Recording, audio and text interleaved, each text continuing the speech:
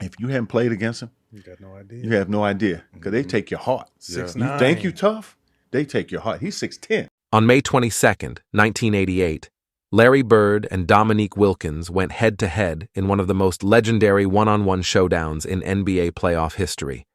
This series became iconic, especially for Game 7, which is still remembered as one of the best playoff games in NBA history.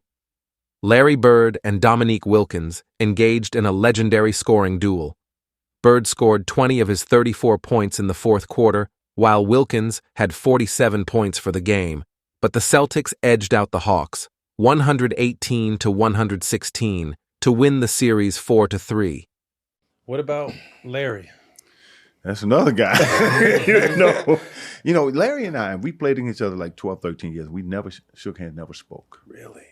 Never. I mean, as great players back then, you didn't want another great player to get that close to you. Yeah. So none of us liked each other, never spoke. I didn't speak to him for 13 years straight. I love Larry even more hearing that. Hey, another guy, 'Cause he was you a don't dog. have any idea how good he was if you hadn't played against And Larry. the shit talking too, right? Hey, listen, first time I played against him, I'm a rookie. I'm glad to be in the league. I'm in the Boston Garden, and I'm guarding him, right? First play of the game, he said, I don't know why you got you guarding me, Holmes. I was like, huh? He shoots a three. And I wasn't mad he made the three. I said, but this some bitch called me Holmes. And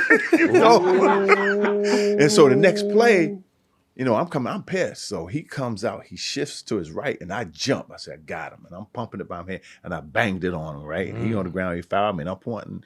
And he said, hey, Rook. I'm like, what? He said, I like you. You got balls. He said, I'm still getting 30 on your ass tonight. He got about 37. Yeah. But I wasn't mad because I'm paying my dues. That's Larry. Yeah, yeah. But that was the only time he ever talked trash to me. He respected you to Because back down. he knew I was going to keep coming. He and I, again, never talked until we retired. And he had an interview and they was talking about trash talking. And he said, I never said things to offend anybody. He said, you take Dominique. And he said, I said some things to Nick and he would just smile at me. Mm-hmm. But he understood what that smile was about. Yeah. He said he just came to play. He said, I have more respect for him than any player I ever played against. I never knew he felt that way. Wow. And that was a major, major respect. That was one of the few times he's ever said anything to me. Now, today we're friends. Yeah. Wow. Because we're not competitors anymore. No more, you know. yeah.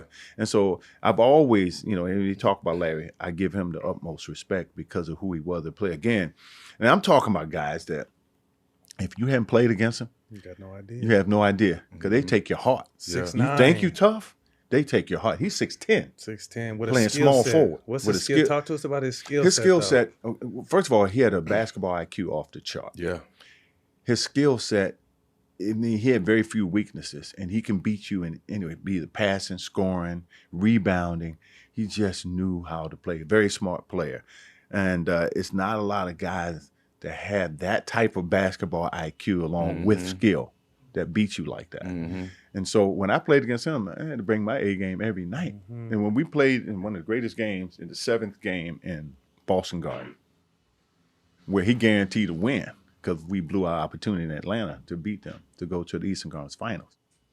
And so the article came out, right? And this is another crazy thing, man. So he said, Atlanta blew their opportunity. I'm guaranteeing a win next game. So we come out of the locker room in Boston. So I stopped in the hallway. I said, look, we're going to win this goddamn game. I said, if you ain't ready to fight, you ain't ready to go to war, don't come out here. I said, whoever guard me, ain't going to have a long fucking night. Unfortunately, he was telling his teammates the same thing down the other. And the game was pretty close. And I went out for a blow in the third quarter. Larry only had 12 points in the third quarter. And I remember Kevin Willis reaching across me and pointing at Larry, but he said, don't let this son bitch score anymore tonight. I'm like, what are you doing? Don't awake a sleeping giant. Well, he ended up with 34 that night. He had 20 in the fourth quarter. We had that famous shootout between us, he and I, that fourth quarter. And I tell you today, I'd be mad. I'm mad at Kevin. I said, Kevin, man, why you just didn't sit? Don't say it. Leave him alone. But it was guys like that. And he's one of the guys of many in the league in that era, took things personal. If you said something that wasn't, they didn't say nothing to you. but they showed it to you on the court. Mm-hmm. Well, I love playing with guys like that and against guys like that because the only way you can measure your greatness, you got to play against the the best. greatest.